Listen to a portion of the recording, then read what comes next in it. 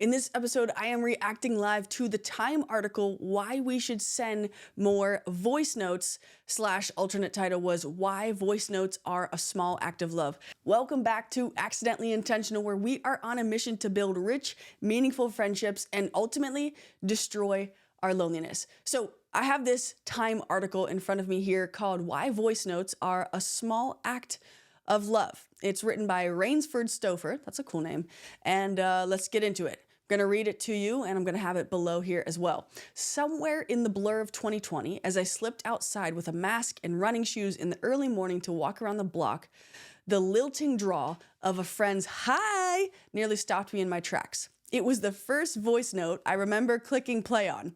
A friend from our shared home state, Kentucky, talking me through a life update as we lived and worried and wondered about reaching out to one another from opposite sides of the country. Me in DC and her on the West Coast. It felt like the surprise of an unexpected letter, because we normally didn't communicate that way, mixed with the convenience of a text, a compromise for people who wanted to catch up but whose schedules rarely matched. Okay, I totally understand where it goes so far. And I think that one of the important pieces of this article is it's going to touch on the importance of communication. And what I'm talking about is how it's broken down into 3 parts. See, what makes communication complete is body language, takes up 55% of that. Tone, how we say something, takes up 38% of that. And the words we say are only 7% of holistic communication. So I can already see the benefits of voice memos because you cover both words and tone as opposed to just words via text. Okay, paragraph 2. At the time, I only sent voice notes sporadically. Stage fright would kick in, as if I was concerned my rambling would be rated like a podcast episode. Side note, all of the friends who I send voice memos to, we usually send 6-7 minute voice memos, so of course we've nicknamed them podcast episodes. I was worried, more than I did with in-person or phone conversation, that I'd say the wrong thing or that others would experience the same full-body cringe upon hearing a recording of my voice that I do. I think better in writing, I'd tell myself, clinging to my text. Now, here's a fun fact I actually just learned recently through Vanessa Van Edwards in a episode with her on Diary of a CEO. And she said that we actually all hear our voices differently because something about it being bone conduction when we're hearing it versus what's actually going out without bone conduction to everyone else that hears it. So that's a fun fact. We all hate our own voice and all hear our own voices differently than everybody else does. So we all can say that we're experiencing that cringe together. Recently, I found myself recalling how my friend's chatter broke through loneliness. Hers and definitely my own, particularly during a season that's supposed to be all about love. I think about all the ways that can look, specifically how we reach out to loved ones and connect. For context, this was written in February. As I've sent more random voice messages to loved ones, it's become obvious how much I was craving this point of connection, finding solace in their voices, even if I couldn't see their faces. There is something special to be said about this. You know, just like whenever people would leave voicemails. And I know that as millennials, we hate leaving voicemails, but Gen X, the baby boomer generation, they love a good voicemail message because of this very reason. And I also think there's something to be said with how noisy the world is now. I mean, how often do you find yourself turning on a YouTube video, podcast, TV, just to have noise when you're feeling alone or you are alone in your home? It's an interesting place we find ourselves. So I could see the power that a voice memo from a friend would add and cut through the noise and create an amazing dynamic where you actually feel like you are connecting with someone, even if it's passively and not actively done through an actual conversation format. If anything, I'm a late adopter of voice messaging. A 2023 poll by YouGov found 30% of Americans communicate with voice messages on a weekly, daily, or multiple times a day basis. Fans cite it being a needed break from typing on a screen, says reporting from the Washington Post by Tatum Hunter, or how flexibility makes it more accessible, absent the anxiety some feel about phone calls and with more clarity than text, according to NPR. I totally agree with this. Now, sometimes that means there's more ums and likes and pausing to think through something before they're saying it out loud, but that makes it feel like you're part of the conversation with them as they would if they were sitting face to face across the table or across the couch from you. In 2024, a man's TikTok on his weekly routine with friends, sending short videos to each other every Wednesday to keep each other posted on everything from struggles to milestones, went viral. It was actually called Waffle Wednesday, where you basically do a check-in on Wednesday with your friends, do a couple-minute video or voice memo detailing what's going on in your life, and ask everyone else in the group to do the same. Okay. Meanwhile, even dating apps like Hinge or work-focused platforms like Slack have voice options, according to Natalie Dare in Axios in 2023. Now, this is a really interesting and new feature that has been popularized on Slack specifically, at least for the companies I've been a part of. Now, granted, that's the tech world, startup life, but it just feels so much easier to do a voice memo recording on Slack to explain something than having to type it out. And the best part is now we're at the point where it auto-transcribes what you're saying, so you still can read it if you want to. Reporting by Shirin Gaffrey on Vox outlines that by hearing someone's voice, we get paralinguistic cues that cannot come via text. That's that tone piece we're talking about. There's a level of closeness that comes with this kind of listening. I also love that point because what's interesting about this is you can't pause the person to say, wait, tell me more about that. You actually have to listen to the full thing and then respond. So I could see why voice memos get long, because when you give someone the space to talk, they'll talk longer, typically, because they have no one cutting them off or affirming or not affirming what they're saying either. But I think that's kind of cool. And it does have that element to it where it can also be time saving because you're able to talk whenever you want, and it doesn't need to be a phone call and a set time. You could just do it throughout the day as you become available, especially if you're on opposite coasts, because there's a 3-hour time difference from here in Pennsylvania to California, let's say. So yeah, I can see the benefits of that for sure. It's making us better listeners because we have to truly listen to understand. And yes, sometimes people will take notes on, oh, I want to ask them about this, I want to ask them about this. But I've trained myself to listen to the whole thing, and whatever I remember to ask about, I'll ask about. And if I can't remember it, I'm not going to freak myself out and be like, oh my God, I can't believe I forgot that. It'll come back if it's important. Yeah, our brains have a tendency to remember what's important to us. If we think of a voice message as existing between a phone call and a text, it, quote, allows the richness with the understanding that we can't always talk right in the moment, says Natalie Pennington, PhD, Assistant Professor of Communication Studies at Colorado State University. Whoa, that was a mouthful. When we hear someone's voice, we get a better understanding of their emotional state, she says. A phone call is rich in social cues and synchronicity, so we're getting immediate reactions. And in the same way that you are listening to me talking right now, it's a lot more enjoyable than perhaps reading a blog post. So I get what she's saying. Meanwhile, with video calls, you can experience a drop-off, feeling as if someone was there with you when they weren't, all while having to look at yourself, she explains. There is really that value of this sweet spot that the voice sort of captures. Totally agree. I hate when I'm dropping a phone call and it's right in the middle of something important, and then that person doesn't know where they left off. You don't know where they left off because they missed everything else, and it's a whole thing. Okay. 2021 research by professors Amit Kumar and Nicholas Epley found that voice, including phone, video chat, and voice chat, created stronger social bonds when compared to text interactions, writing that voice can create understanding or connection.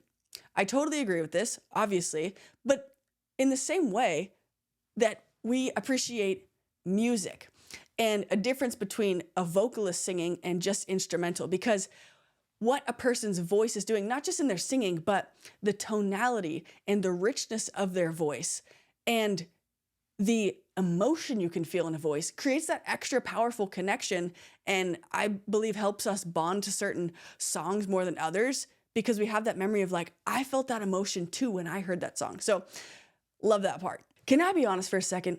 I want to get to know you. No, I'm serious, because this entire channel is devoted to teaching adults how to build rich, meaningful friendships, and I'm part of that category too. One of the worst parts about podcasting is that all you see is numbers, not names. But you're not a number, you are a name, and you're part of this community, and I want to get to know you. So would you do me the honor of clicking the link below in the description and filling out some basic info about yourself, name, email address, and answer a couple questions so that I can get to know the person behind the screen or behind the earbuds a little bit better?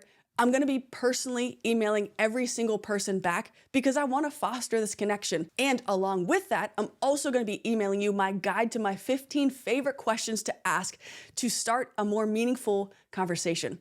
So click that link below. I truly wanna get to know you. Thank you so much for being part of this community. You are worth building incredibly rich friendships. Back to the show. Connection is what I found in hearing not just my loved ones' voices, but the soundtrack of their lives playing in their 2-minute recordings. Kids playing, how joyful someone sounded walking back from a good first date, the clatter of cooking utensils, gossiping about work. In fact, it was listening in on moments like this, realizing that hearing them made it feel more like I was with my loved ones, that nudged me towards sending more voice notes of my own. This is a really good point, because instead of like talking through the mic the normal way where it kind of deadens background voices, when you're talking like this through a voice memo, you definitely seem to be able to hear more noise, which is a good point. It makes you feel fully immersed in the experience. Now, I can see how that would be annoying sometimes, but for the most part, I think that's pretty cool and pretty unique. A longtime lover of a random catch-up phone call, this was the asynchronous step towards a different way of showing up, even if that meant getting over my nerves that I'd ramble. Listening to them move through their lives made me want to be vulnerable in that way too. Others mentioned the feeling of being there as a reason to love voice messaging. Greg Mania, 33, developed a routine with his best friend Tara of, quote, voice noting from sunrise to sundown. With a voice note, you can take time to formulate a response, reply when you can, and pick right back up where you've left off, they say. You can also keep a voice note. Mania says sometimes they both say things that inspire the other, and they're able to listen to those notes whenever needed. I love this part of voice memoing for this exact reason, because I have before texted some friends, and I said, hey, I am really struggling with my mindset today. Would you send me a voice memo prayer or send me some affirmations, because I need to be reminded of what's actually true, and I'm having trouble doing that on my own. And friends love to be able to help and step in when they know what someone is going through. We want to feel like we're part of something. So I agree, this is a great part, is being able to save it and replay it later whenever you need to. For us, it is a never-ending phone call and a vital part of our days and our relationship, Mania adds. Danielle Matthias, 32, has a lot of long-distance friendships and said that, quote, being able to hear their voice is really special to me, adding that she thinks hearing someone makes her feel more involved in their lives. It almost feels like they're there with you in your apartment while you're listening to their voice note, which can be really nice when you're missing somebody that's really far away. Drea Johnson, 47, echoes that. Through social media, she sees loved ones' lives evolve, but that feels like watching from the outside. I totally get that, because we seem to use social media now only as a life update status of sorts, with pictures, etc., instead of the normal, mundane realities of what our day-to-day lives actually are. I know that many of my friends and acquaintances feel similar. Many are very disconnected, so anytime I can send a little love their way via voice notes, I do, she says. In the thick of all this is the fact that loneliness was declared a public health epidemic in 2023. This is something I talk about on the show all the time, because the CDC actually said that loneliness on the body is as harmful as smoking 15 cigarettes a day. Let me throw a couple more stats at you. 60% of Americans identify as lonely. 30% of Gen Z doesn't believe they've ever had a meaningful conversation, and 70% of people can't think of one person outside of a family member that they would call if they had a middle of the night crisis. So this is serious, and we all need to take it seriously to find ways to connect with others, because we need it. Our bodies need it as well as our minds. In 2023, a poll found that when Americans feel lonely, about 50% opt for a distraction like TV, podcasts, or social media. Based on how many people describe getting a voice note as a personal mini podcast, getting to listen to each other is a meaningful way to stay in touch that liking an Instagram story just isn't. This is such a great point. And I find myself listening to voice memos and replacing that with the time which I would listen to a podcast or a YouTube video, whether it's driving in the car, putting on makeup, eating, cooking, any of those things, kind of the in-between stagnant moments. Sometimes it's at the gym. I'll listen, but then I'll respond later, of course. But yeah, I think this is a really great point, is that if we're going to opt for a distraction, why don't we opt for a distraction that actually can connect us with someone else? Still, voice notes remain somewhat divisive. Though many apps have a transcription feature for voice notes, communicating this way isn't accessible to everyone. Some wonder about the etiquette or how to follow best practices with them. Others find them intrusive, stressful, or even self-centered. The idea that someone wants to hear your monologue. Totally understand that, but I don't think that if we're looking for a meaningful friendship, we're having that mindset of believing someone else is self-centered as much as potentially seeing it as a gift that someone would trust you and want to share all of that with you. That's my thought process. And again, one of the parts of this is just assuming the best of intentions. So we have to take comments like these with a grain of salt. But the thing is, I'll take the rambling and awkward pauses that might come with the closeness, she says. I think of voice notes as just one part of the ongoing conversation of phone calls and texts and endless Instagram memes and fingers crossed in-person hangouts sometime. Sometimes someone replies to a voice note with a text or opts to call instead, but it's all part of the same catch-up. Different relationships have different communication preferences, but I cherish getting to listen in as friends narrate their grocery trips, vent about their bosses, or just want to hear what's up lately. It's a small act of love, I think, to want to talk to someone however you choose to do it. I completely agree. And there is something to be said about texting someone, hey, how are you? Which, on its surface is like a really sweet thing to ask because you're caring how somebody is, but how much more powerful it is to voice moments and say, hey, I was just thinking about you and I wanted to ask, how are you? How are you truly doing? Tell me everything. I want to know what's been going on in your life. Now, it took me 30 seconds to send that, as opposed to 5 seconds via text, but one meant a lot more than the other because you heard the genuine care in my voice. And so that's the opportunity that lies here with voice memo notes. Final paragraph. The day after I sent a voice note to a childhood friend just because something reminded me of her, I got an unexpected voice note from my younger sister, a previous passionate hater of voice messaging. She just sent her first one to someone, she told me, and was surprised by how freeing it felt. It kind of makes me want to keep talking, she said. I was just glad I got to hear about it. Okay, so overall, I absolutely agree, and 2 thumbs up to this article. I think there is an absolute benefit to sending voice notes because, again, you're able to understand what someone's saying and the tone and how they're saying it and how they feel whenever they're saying something. Because so often we can misunderstand a text and something can come across as rude potentially. Maybe someone didn't use an emoji or used incorrect punctuation and it comes across as completely different than we were thinking originally. But if the same thing was said in a voice memo, we would totally understand. They were calm as can be when they sent the message and they just were trying to truly get to know us or something like that. So I think that it might be worth trying to voice memo someone this week and just tell them that you've been thinking about them, something you appreciate about them, and see what the response is. I don't think anyone's going to be like, hey, super rude. No, thank you. Don't do that again. I think it'd be a welcome surprise in the same way that a meaningful voicemail is for some people too. So tell me, do you participate in voice memos below? I want to hear about it. What's your experience been? Do you love it, hate it, not done it yet, going to do it? Tell me everything below because here's the deal. I believe that you are worth building incredibly rich, meaningful, human friendships. And voice memos might be a great gateway tool for you to do that as soon as today. So let's go.